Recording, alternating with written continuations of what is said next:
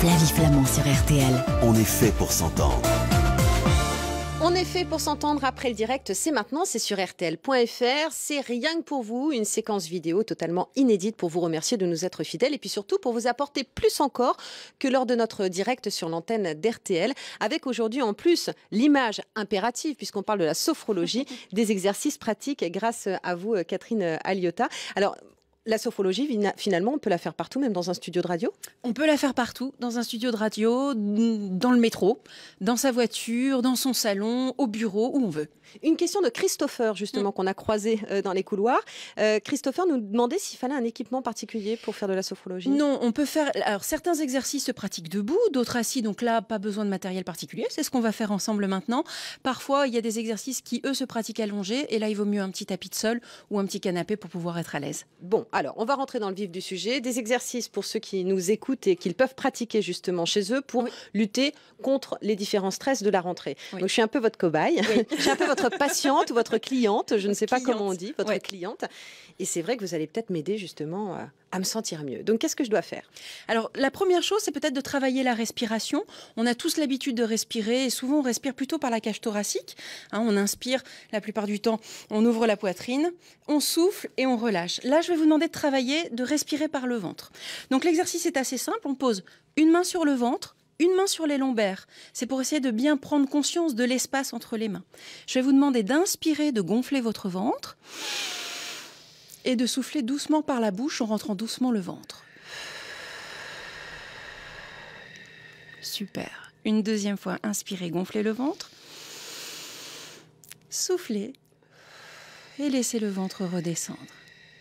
Voilà, je vais vous demander de relâcher les bras le long du corps, de fermer les yeux et d'essayer maintenant de prendre conscience des mouvements de votre ventre à chaque respiration.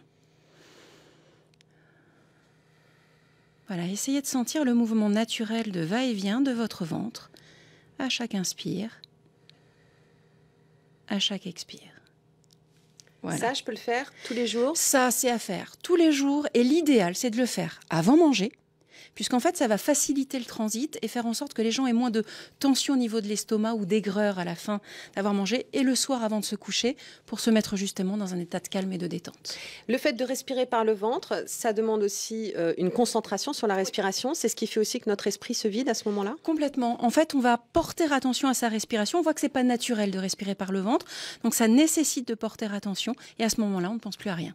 J'ai un petit problème, moi, que certains doivent peut-être partager, ceux qui travaillent au bureau ou devant leur ordinateur, c'est que j'ai régulièrement mal au trapèze, au cervical, et je me sens un peu coincée. Est-ce qu'il y a des exercices physiques qui peuvent soulager ces maux-là ? Un exercice qui est assez simple. Donc, j'explique une première fois, puis on va le faire ensemble. Je vais demander aux auditeurs, en fait, d'inspirer, de fermer les poings, bloquer la respiration, et ensuite, respiration bloquée, de faire des mouvements de va-et-vient des épaules, et puis de souffler d'un coup sec, en ouvrant les mains. Alors. Et ça permet de relâcher vraiment toutes les tensions. Donc, on y va. Inspirez, gonflez votre ventre, fermez les poings. Bloquez la respiration, mouvement d'épaule de haut en bas, respiration bloquée. Soufflez et relâchez. Super. Et ensuite, en sophrologie, on ferme toujours les yeux derrière pour essayer de sentir ce qui se passe au niveau des trapèzes, justement, s'il y a un relâchement, une détente. Le fait de fermer les yeux, c'est une façon de se concentrer sur une zone physique qu'on est en train de traiter. Exactement. Et donc, ce qui permet à un moment donné d'isoler finalement une partie de notre corps pour mieux s'en occuper. Oui, tout à l'heure, il y avait un auditeur, Alexandre, qui nous disait « je comprends mieux mon corps, je ressens mieux mon corps ». C'est justement parce qu'on le met en mouvement et que derrière, on ferme les yeux, on essaye de sentir justement une petite sensation de chaleur, de fourmillement, de détente. Et notre corps, et en fait, on commence à identifier ce qu'est la détente dans notre corps et ça nous permet de mieux l'apercevoir après dans le quotidien. Un autre exercice ?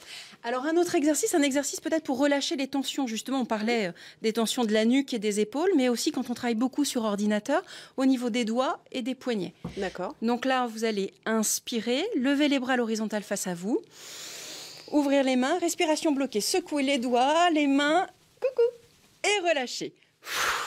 Pardon, je ne peux pas m'empêcher. On peut rigoler quand on fait de la sophrologie, c'est d'accord. Alors, bien le contraire. D'accord, donc je monte. Je bloque, je secoue et je relâche. Voilà. Donc ça, pareil, à faire 3 fois de suite. Chaque exercice, l'idéal, c'est de les reproduire 3 fois en faisant entre chaque mouvement une petite pause et essayer vraiment de sentir ce qui se passe au niveau des doigts. Là, ça va être surtout la circulation sanguine, sensation de chaleur, voilà, qu'on va pouvoir mieux percevoir. Encore autre chose ? On peut avoir un exercice peut-être, on a parlé tout à l'heure de la confiance en soi, de l'estime de soi, lorsqu'on a besoin justement de faire le plein de positif. Donc là, ça demande un peu plus de concentration. On va inspirer, lever les bras en imaginant l'amener vers soi, l'estime, la confiance. Bloquer la respiration, ramener doucement la confiance à soi, comme une étreinte. On souffle doucement et on laisse diffuser dans son corps. Voilà. C'est là où, en fait, on se rend compte qu'à travers ces exercices, on prend soin de soi. C'est-à-dire qu'il y a beaucoup de positifs quand vous parlez de l'estime de soi, qu'on amène à soi. Alors, il faut rentrer dans l'imaginaire quand même. C'est pas si simple. Quand on a du mal à le faire, est-ce que c'est quelque chose qui vient naturellement ou pas ? Alors, le travail de la visualisation, tout le monde en est capable. Souvent, les gens me disent, mais moi, c'est impossible pour moi de visualiser. Et je leur dis, fermez les yeux, imaginez un camion de pompiers, décrivez-le-moi. Et à partir de là, ils vont me dire, il est rouge, il a des roues comme ceci, la grande échelle est comme cela, il y a un gyrophare à tel endroit. Et il y a un beau pompier qui conduit le camion. Forcément. Et donc là, on voit que la visualisation, finalement, elle est accessible à tous. C'est des freins qu'on se crée à soi-même. Donc quand on a du mal à imaginer l'étreinte peut-être de l'estime de soi, je dis aux gens, imaginez empoigner un gros coussin que vous chercheriez à ramener contre vous. Et puis souffler. Ils me disent, ah oui, là, la sensation, je l'aperçois. Le gros coussin, maintenant, c'est de la confiance. Et on arrive exactement, petit à petit, à ramener cette même capacité, finalement, à visualiser. Vous avez une voix qui est très posée, qui j'imagine aussi, doit accompagner le travail de vos clients. Comment ça se passe, le travail avec la voix ? Le travail avec la voix, alors c'est vraiment quelque chose de très particulier. En sophro, c'est vrai que c'est notre outil de travail pour nous, sophrologues. Donc, on apprend à la poser. Et c'est surtout qu'on va la travailler un peu comme un morceau de musique. On va faire à la fois des suggestions, donc des temps de parole et aussi des temps de silence.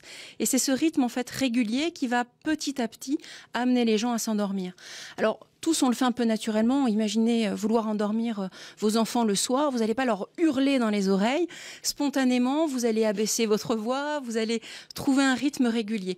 Ça, c'est quelque chose que nous, on travaille et qu'on développe pour faciliter justement le relâchement. Il faut fermer les yeux pour justement profiter encore plus de ce travail ? Plus on ferme les yeux, plus on s'isole du monde extérieur et moins on est tenté d'essayer de regarder à droite, à gauche. Parfois, il y a aussi dans la tête une petite voix qui nous dit « mais est-ce que j'ai pas l'air ridicule ?» Les gens craignent toujours le ridicule. Le fait de fermer les yeux, c'est aussi une façon de se recentrer, de se reconcentrer sur soi et de chasser cette peur du ridicule pour vraiment se remettre à l'écoute de ses sensations. Ça fait plus d'1 heure qu'on parle de la sophrologie, d'abord sur l'antenne d'RTL et puis pour cette séquence après le direct. Ça n'a rien d'une secte, en fait, la sophrologie. Non, absolument pas. Vous entendez régulièrement ce genre de choses ? Parce que c'est vrai qu'on a le sentiment parfois que les gens sont un petit peu perdus et associe la sophrologie à une sorte de pratique un peu sectaire. Oui, c'est des choses qu'on entend assez souvent. Les gens confondent parfois les mots. J'ai des gens qui confondent sophrologie et scientologie, par exemple, et qui me disent « mais c'est pas un truc un peu bizarre, votre truc ?» Je dis « non, ça n'a rien à voir ». Je rappelle, ça a été créé par un neuropsychiatre. Donc c'est vraiment à l'origine quelque chose de très médical. Ça se mesure, la sophrologie. C'est-à-dire qu'on a des appareils qui permettent de mesurer justement l'état de détente. On voit bien que la décontraction musculaire, elle se fait naturellement. Donc, c'est vraiment des a priori, c'est quelque chose de très carré, de très concret. Il ne faut pas craindre de pratiquer. En tout cas, si vous voulez en savoir plus et que vous n'avez pas encore entendu notre émission en direct cet après-midi sur RTL, vous pouvez l'écouter en replay sur rtl.fr. Merci beaucoup. Merci Flavie. Liotta. Donc, votre ouvrage est également sur la page de notre émission. Merci, à bientôt et restez zen. Flavie Flament sur RTL. On est fait pour s'entendre.